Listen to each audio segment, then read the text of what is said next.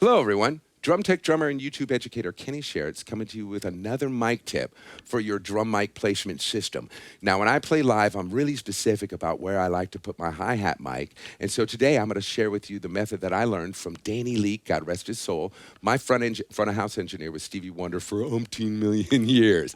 A phenomenal engineer who has to deal with a lot of microphones on stage, but the thing he's really most concerned about besides piano sounds is drum sounds, because he knows a clean drum sound can make room for everything else in the mix. So I'm going to share with you the hi-hat mic angle that he generally used in almost every situation, and I came to love because it gave me a crisp, clean, dry hi-hat sound with just enough wash and swoosh when I let the hi-hats go without overwhelming it. Now, this might not be the hi-hat mic angle for heavy metal rock music or really heavy-duty punk, but for pretty much any other kind of music on the planet, it's going to be a great situation for you in your mix and in your ears. Now, this mic placement is pretty simple.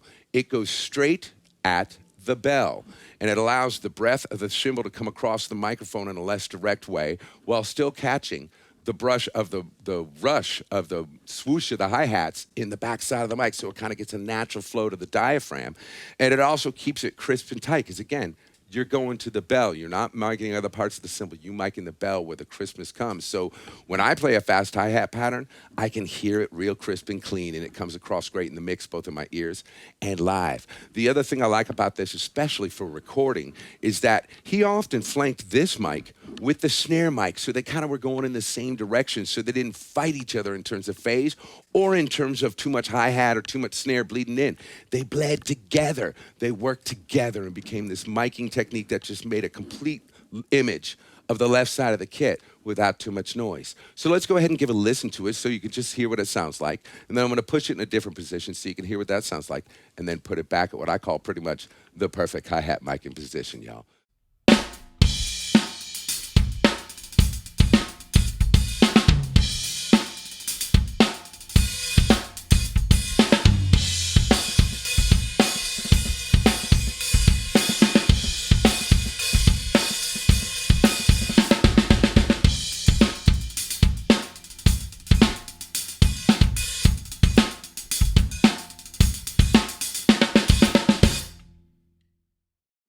Yeah, I'm digging that. Now I'm going to go ahead and dig the hi-hat mic angle in just a little bit more so you can hear the difference of how it approaches the diaphragm.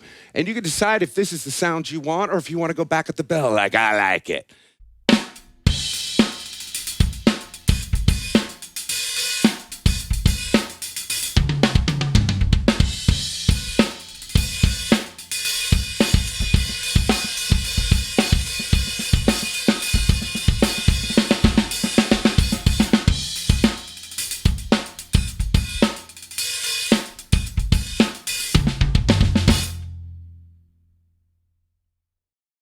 And now I'm just going to switch back super quick, back to that direct angle. Now, this is only a little bit of a difference, but I wanted to show you just how much a difference this angle can make.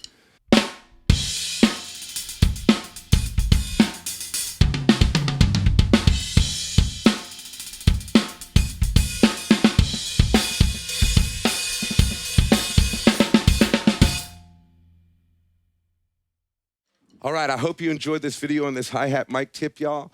There are a whole bunch of mic tips on my YouTube channel, YouTube, Kenny Sharretts. So check it out and see if that can help you get a better sound both live and recording for your drums, y'all. Solid.